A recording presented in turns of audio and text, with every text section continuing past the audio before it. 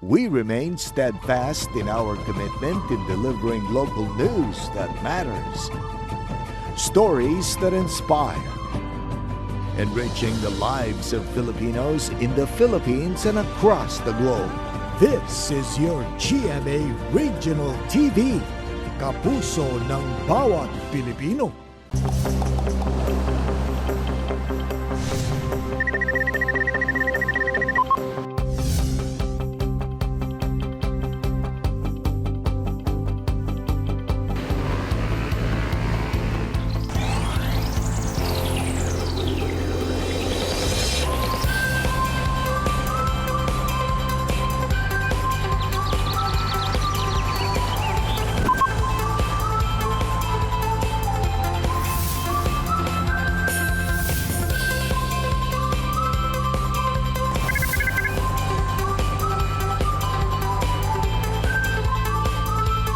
Kini ang At Home with GMA Regional TV. Good morning mga kapuso all over Mindanao. Sa tanan nato mga kapuso dira na bago pa lamang ni mata or nagakape pa lang. Hello kaninyong tanan. Ug syempre ako ang ka-partner diri sa At Home with GMA Regional TV. Sai, good morning. Good morning Sab, Attorney Resi. Og di sab nato kalimtan kamustahon ang atong mga suking viewers sa Katarman o Ginsiliban sa Camiguin Province. Attorney Resi ug mga kapuso, this morning dungan natong sayron ang istorya sa usa ka single mom nga bisan pa man sa iyang naagian, nakahuman kini sa iyang pag-eskwela, kaabag ang iyang mahal sa kinabuhi. Siya, si Sincere May Balili. Ug mga kapuso, ako makauban niya ang usa ka double wenyo composer nga usa lang ang iyahang ultimate di mao na ang makanta ni Willie Revillame ang iyahang mga komposisyon. At ang nato na unya. Ug sa Business Matters mga kapuso, atong sayron ang mga programang pang-edukasyon ni Deputy Speaker Lauren Legarda. Maayong buntag mga kapuso, karong buntaga magluto kitag lamian nga tapsilog diri sa Davao City. Mga kapuso, ang atong kinahanglan sa paghimo og tapsilog mao ang marinated nga beef tapa, itlog og plain white rice. O karon sugdan na nato ang pagluto og lamian nga tapsilog. Tara, magluto na ta. Nauna, magbutang na kita og mantika.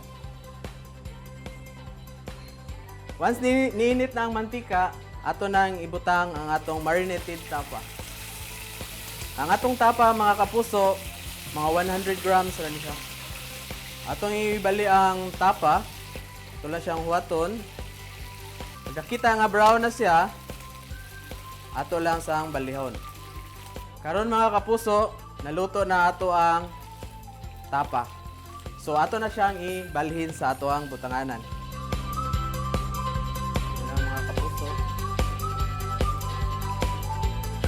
Ato siya ibalhin para maano yung oil. Karon mga kapuso, ato nang ilunod ang itlog.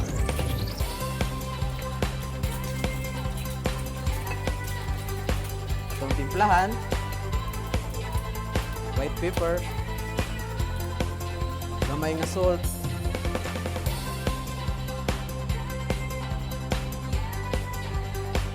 and then basil oil. Once naluto na itong sunny side up, ato na ni siyang kuhaon. Ato siyang ibutang diri sa separate nga butanganan. Para mas ganado ang atong pamahaw, ang atong tapsilog, butangan nato og garnish. So, first of all, kuha kita og litos. Atong litos gigamit is rosa. Ato lang i-arrange.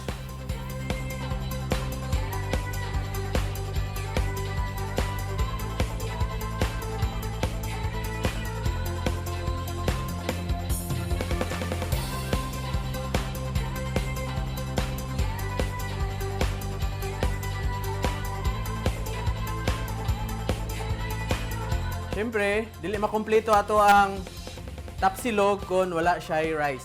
So,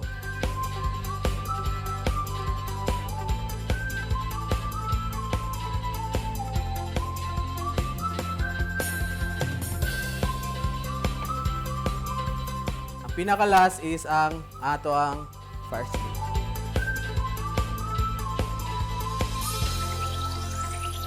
Mga kapuso, ato nang tilawan ang lamian nga top silog sa Teacup Time, Davao City.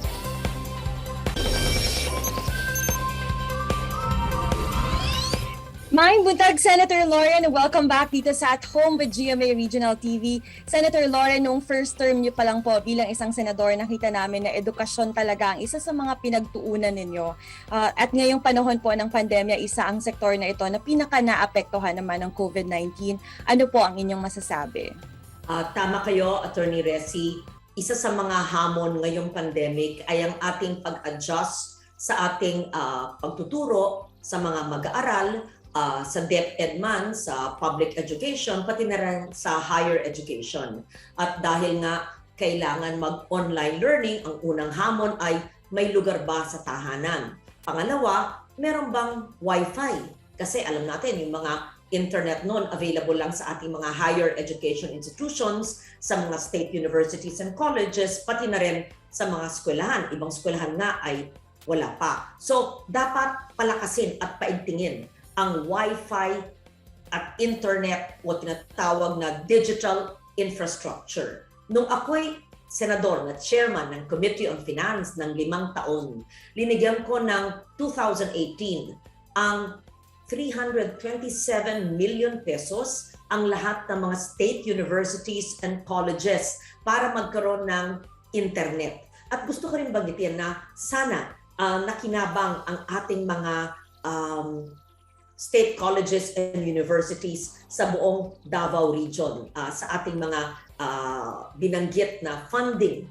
Kabilang dito yung Davao del Norte State College, Davao del Sur State College, Davao Oriental State University, Southern Philippines Agribusiness, Marine and Aquatic School of Technology, and the University of Southeastern Philippines. So maliban sa physical infrastructure, yung Wi-Fi or digital infrastructure, importante rin syempre yung ating suporta, tulong sa ating mga mag-aaral. So, nung ginawa ko yan noong 2018, bago matapos ang aking termino bilang senador sa 3 kong termino, para bang pinaghandaan natin ang pandemic. And in your personal perspective naman, Senator Lauren, gaano ba kaimportante ang edukasyon at mayroon po ba kayong mensahe naman para sa ating mga estudyante?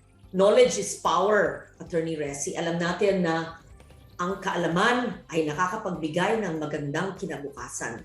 Ako mismo bilang isang senador ng 3 termino at mamamahayag gaya mo sa telebisyon nung bata pa ako, ang aking pag-aaral bilang libre ang aking pag-aaral noon dahil ako'y college scholar at nag-graduate ng cum laude.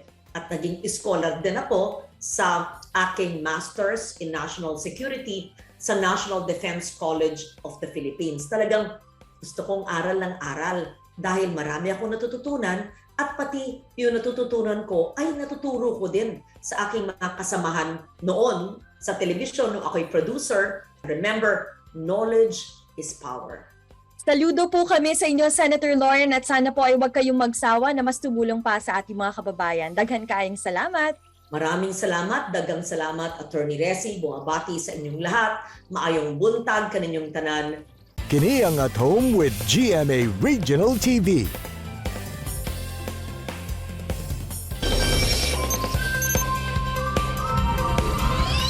Mga kapuso, this morning sayro na to ang storya sa usa ka single mom kung asa iya gayong gipakita nga walay makapugong aron makabot ang imong pangandoy bisan pa man sa kalisod sa kinabuhi. Aron isa-isa kana ato makauban si Ma'am Sincere May Balili gikan Kitaw-Taw, Bukidnon. Ma'am May, mayong buntag and welcome din sa At Home with GMA Regional TV. Kamusta mo diha sa Kitaw-Taw, Bukidnon? Malipayon kaayo, sir. Sobra. Sigurado ko nga abot langit pagayon ang imuhang kalipay, Ma'am May, tungod sa imuhang kadaugan. Pero ma'am, atong isgutan no, kaning pag-viral nimo o imuhang partner sa social media kung asa daghan ang napasana all. Unsa ba ang storya ni ini? Kuan, sir, sa pagkabalo namo nga ang graduation namo is kanang August 5. And then nagtuo ko nga makanaog siya ana pero na-extend ang iyahang biyahe.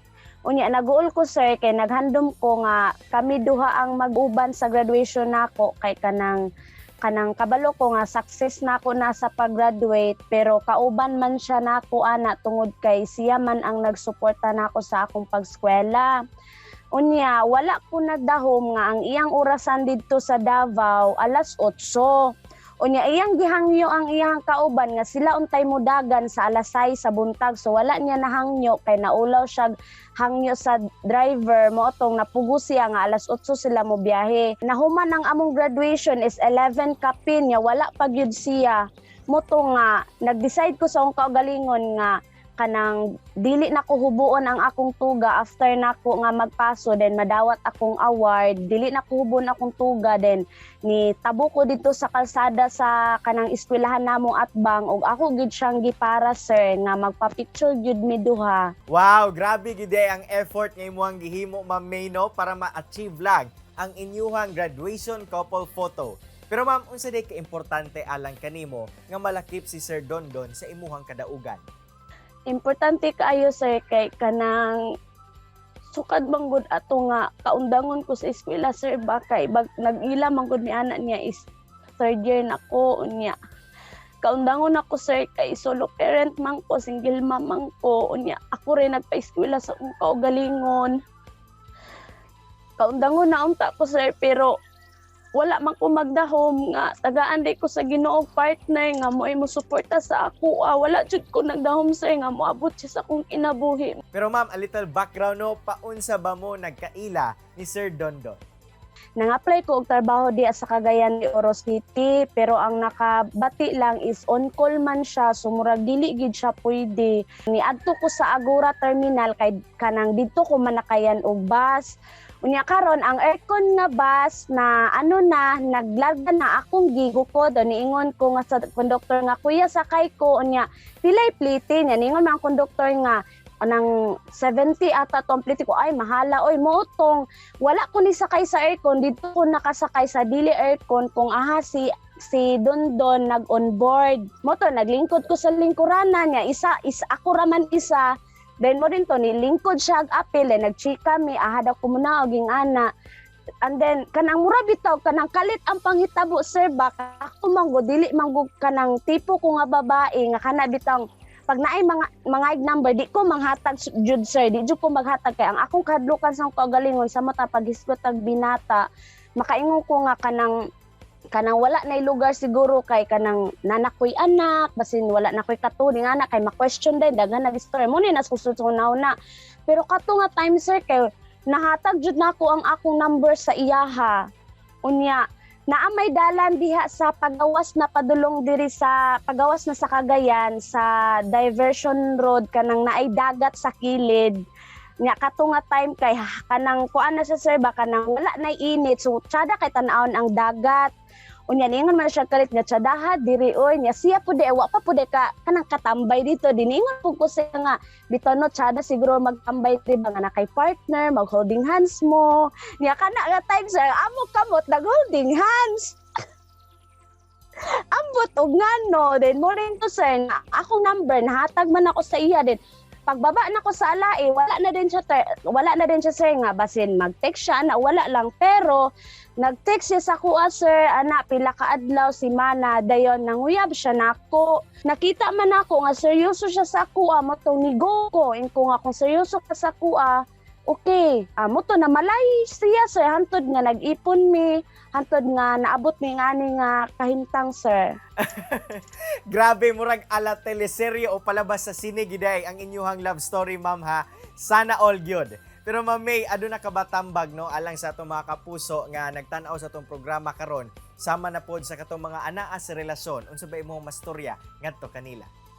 Akong ikatambag no kung isa man ka nga nag-single mom karon kay dili man tanang relasyon perfecto moabot man gid sa panagbulag sa katupong manag-partner na matiayon na kung adunay opportunity nga isa sa inyong partner nga gustong mo eskwela, gustong mo lampos, ayaw ninyo ihikaw ang opportunity kay talagsaon ra kaayo sa atoa karon na magtinabangay sa para muangat Love is in the air and in the bus pod.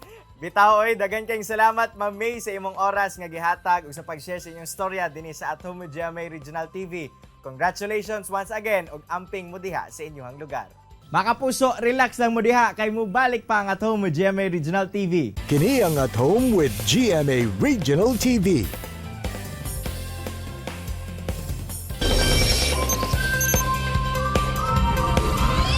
Good morning mga kapuso! Karong bandaga atong ilailahon si Sir Bobby Jani nga usa ka composer gikan sa Davao City. Atong sayron ang iyahang mga komposisyon. It's a great morning Sir Bobby! Kamusta? Maayong pod. May muntag sa tanan ug kamong nanaw karon. Sir, syempre gusto ka namon na mas maila-ila pa kano sa ba nagsugod ang imong hilig sa pagsulat ug kinsa pod ang nag-influence sa imuha? Atong way back to 1986 yung after EDSA Revolution. Na pagkatulong ko Manila, on that time, I was practicing guitar. At tapos na parang gumuhit sa isipan ko na gagawa ko ng kanta. Yung pala, hindi na biro, totoo na pala. I started 1986, yung karamihang kanta ko, natapos ko February 2020. Matagal pa masyado bago natapos. Pero pinag-isipan ko yung pananggalog, talagang malalain talaga. Akong inspirasyon, isa na ang katong host sa Asin, si Cesar Banyanes Jr. Wow, sir, grabe. From 1986 to 2020, bago na human ang imuhang gisulat. Kanong iabot o ginani kadugay, sir? Ako huna-huna yung pag-ayo nga para mahanay o nindot paminawon sa kadaghanan sa atong mga lumulupyo karon. Throughout all this year, Sir Bobby, pila na sab ka mga kanta ang imuhang nasulat? I think mga 12 pero yung dalawa hindi pa. Hindi pa not yet finished, unfinished pa. Sir, aduna mi nasayra na very interesting fact about sa imuhang gusto daw nimo ug usa daw sa imuhang mga pangandoy kay makanta ni Sir Willie Revillame ang imuhang mga compositions. Nganong si Sir Willie man, sir? Kay makamasa man niya ako.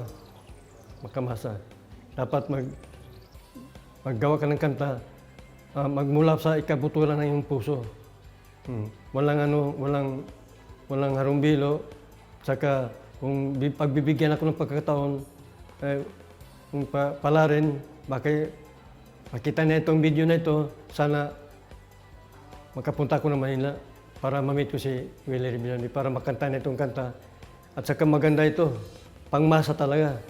National, baka man itong yung kinumpos ko na My Greatest Composition is tunay dakilang bayani ng ating lahi. Lahat ng bayani nandoon, yung mga very big, important or big events, nandoon lahat. Tungkol si Willie Revillame, wala pa na, kung ako ang kantatanan, wala pa na buo. He's the one chosen, he's my chosen to sing a song. Kasi makamasa siya at saka makabayan. Lastly, sir, unsa imong mensahe sa atong mga nananaw karon aron dili sila mawad og paglaob ngay perso ang ilahang dream sa kinabuhi? Go na lang mo, sige lang permanente, go. Ay mong pag-atas, no retreat, no surrender. Habang may buhay, may pag-asa. Lahat ng nanonood dyan, sana mapakinggan yung hinanain ko ngayon. Lahat ng mga composer, musician, ipagpatuloy nyo. Habang nandyan ang may pag-asa. Habang nandyan ang Diyos. Huwag mo walang pag-asa. Daghang kaayong salamat, Sir Bobby, sa pag-share sa imuhang talent karong buntaga. Mga kapuso, mensahe ni Bobby Jani alang sa mga kabatan-unan nga dili gayud mawadan og paglaom. Kay sama niya habang may buhay, may pag-asa. Ganit ako kaayo ang iyahang paglaom nga maila-ila siya isip usa ka composer ang iyahang mga kanta ug labaw sa tanan na makanta sa iyahang idolong si Willie Revillame ang iyahang mga compositions. Samtang Attorney Resi, True Love Conquers All gayod ang gipamatud-an sa single mom nga si Sincere May Balili ug ang iyahang partner kay tungod sa ilang pagtinabangay, nakabot gayod ni May ang iyang pangandoy nga makahuman og eskwela. Ug mga kapuso, tungod sa mga programang alang sa mga kabatan-unan nga gilusad ni Antique Representative og Deputy Speaker Lauren Legarda, daghan na gyud siyang mga natabangan nga makaeskwela og libre hilabi na diri sa Mindanao. Mga kapuso, ta na-inspired na kakaton kamo sa gishare sa to mga bisita karong buntaga. Sama na lang sa panultihon ni Oprah Winfrey nga the biggest adventure you can take is to live the life of your dreams. Mga kapuso, makita pagbalik ang atong episode pinagi sa pagbisita sa www.gmaregionaltv.com ug ayaw kalimot na mag-subscribe sa official YouTube channel sa GMA Regional TV. See you tomorrow mga kapuso. Stay safe and healthy. Ako si Attorney Resi Rizada. Kinisab si Cyril Chavez. Buong puso para sa Pilipino.